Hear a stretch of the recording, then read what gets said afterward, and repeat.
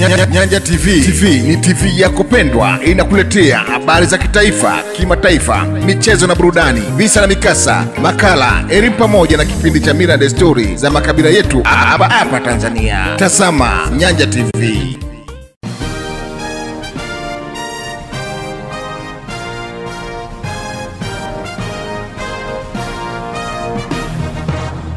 Nyanja TV habari. Polisi mkuu wa Katavi atoa ripoti kuibiwa kwa mtoto wa mwezi mmoja mkazi wa Mpanda Hoteli.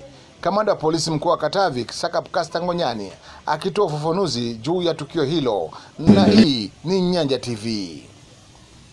Polisi mkuu wa Katavi linatoa taarifa ya kuibiwa kwa mtoto mwenye umri wa mwezi mmoja Samiri Saidi baada ya kuchukuliwa na mtu asiyefahamika huko nyumbani kwa wazazi wake maeneo ya Mpanda Hoteli, tarafa ya Misukumilo, wilaya ya Mpanda, mkoa wa Katavi.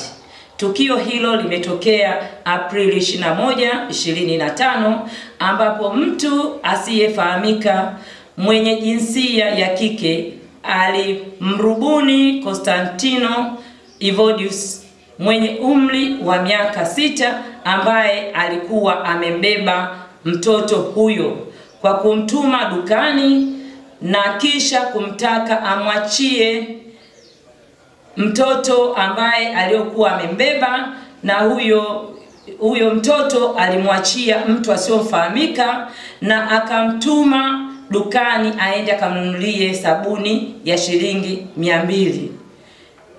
Baada ya kurudi kutoka dukani, mtoto huyo akumkuta na baadaye mtoto akaenda kutoa taarifa kwa mzazi wake kuwa mtoto amechukuliwa na mtu asiyefahamika.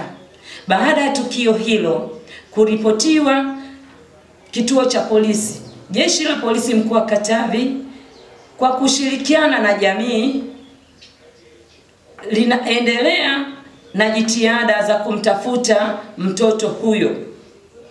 Jeshi la Polisi mkoa wa Katavi linatoa wito kwa wazazi na walezi kuwa na uangalizi kwa watoto wadogo ili kuepusha madhara kutokea. Tunawaomba wananchi wote na jamii nzima ushirikiano wenu ili mtoto huyo aweze kupatikana mapema.